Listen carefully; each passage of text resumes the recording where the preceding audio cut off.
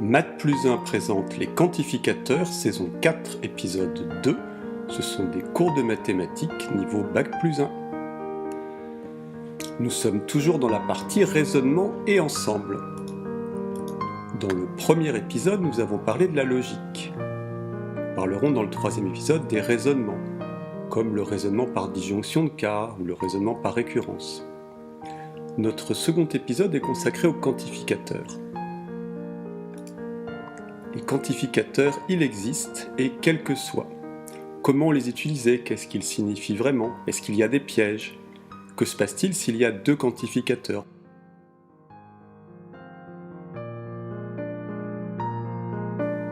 Au programme de ce deuxième épisode, tout d'abord nous allons traiter le quantificateur quel que soit, puis dans un second temps le quantificateur il existe. Troisième partie, nous allons regarder ce qui se passe quand on fait la négation avec un quantificateur. Quatrièmement, nous allons voir des règles de bonne rédaction. Et enfin, cinquième et dernière partie, que se passe-t-il lorsqu'il y a deux quantificateurs?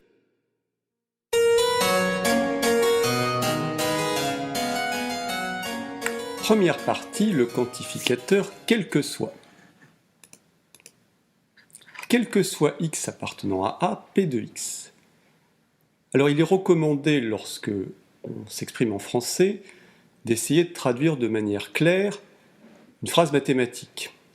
Quel que soit x appartenant à A, la propriété P de x est vraie. Alors nous allons voir sur un exemple comment exprimer de manière un peu plus française une proposition écrite de manière purement mathématique.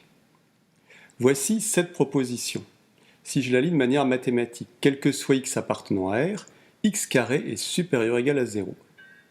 Il est préférable de dire le carré d'un réel est toujours positif ou nul. Dans l'expression quel que soit x appartenant à A, P de x, on dit que x est une lettre muette. En effet, on aurait pu écrire quel que soit y appartenant à A, P de y, ou encore quel que soit z appartenant à A, P de z, etc., etc. La lettre est donc dite muette parce qu'on peut choisir n'importe quelle lettre. Deuxième partie, le quantificateur il existe.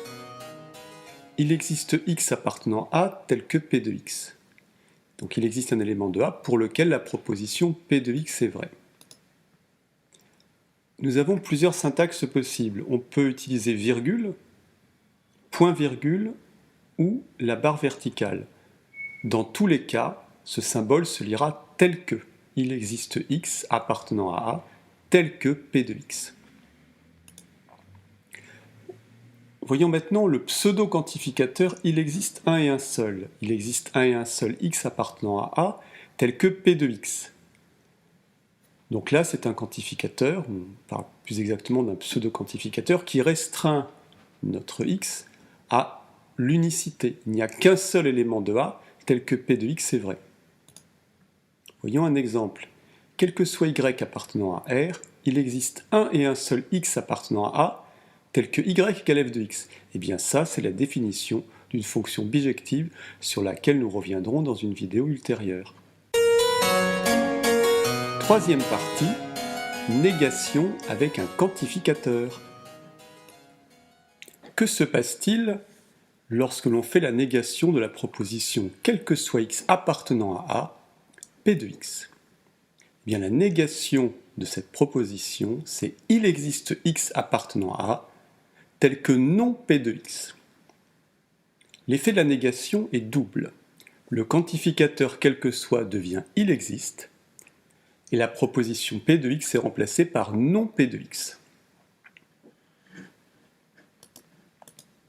C'est la même chose pour la négation de la proposition il existe x appartenant à A tel que P de x. La négation de cette proposition est quel que soit x appartenant à A, négation non P de x. Donc cette fois-ci, le il existe devient quel que soit, et P de x devient non P de x. Voyons un exemple. L'exemple d'une suite majorée. Pour traduire qu'une suite est majorée, on écrit il existe m appartenant à R, il existe un réel grand M, tel que quel que soit n appartenant à n, u de n est inférieur ou égal à m. Alors remarquons qu'on pourrait lire cette expression de manière un peu plus française. il existe un réel grand M, tel que pour tout entier petit n, U de n est inférieur ou égal à grand N. Voyons la négation. La négation de cette proposition, c'est le cas d'une suite non majorée. Quel que soit m appartenant à grand R, il existe n appartenant à n, tel que U de n est strictement plus grand que m.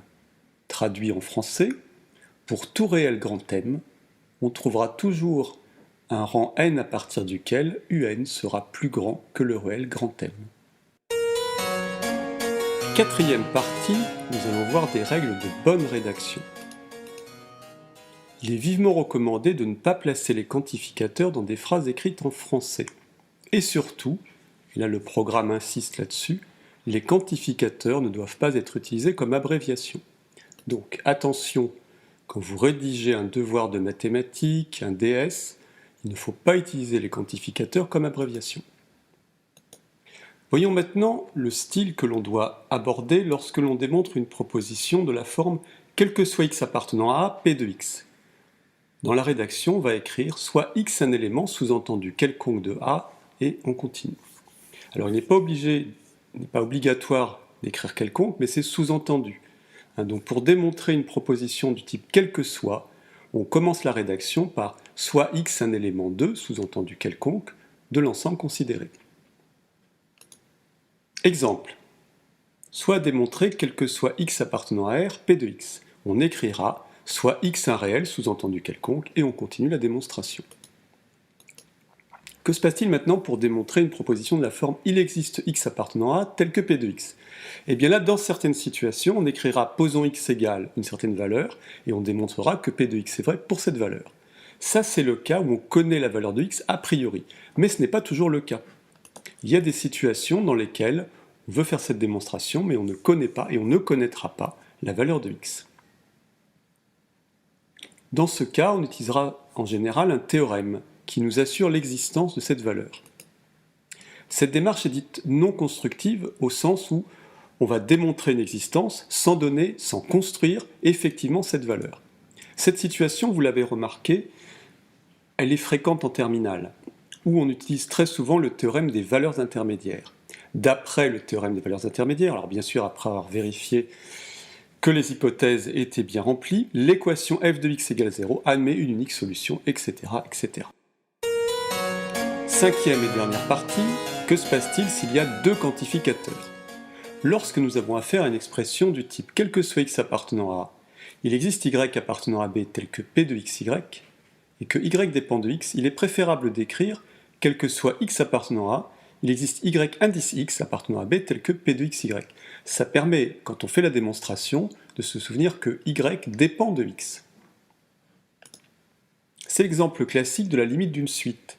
Quel que soit epsilon un réel strictement positif, il existe un entier n appartenant à n tel que quel que soit n appartenant à n supérieur ou égal à grand N implique valeur absolue de un moins L est inférieur ou égal à epsilon.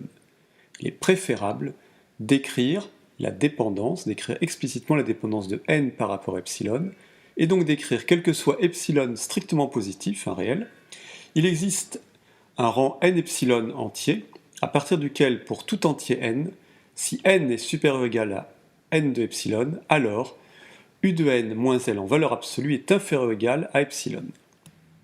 Terminons par la négation d'une proposition comportant deux quantificateurs. Nous avons vu cet exemple pour les suites majorées. D'une manière générale, quel que soit x appartenant à A, il existe y appartenant à B tel que P de xy, devient, lorsqu'on en prend la négation, il existe x appartenant à A tel que quel que soit y appartenant à B, non P de xy. Le quel que soit devient il existe, le il existe devient quel que soit, et le P de xy devient non P de xy. Voilà, cet épisode est terminé. N'hésitez pas à vous abonner à la chaîne Math+1, vous serez ainsi tenu au courant de toute nouvelle mise en ligne de vidéos. Merci et à bientôt.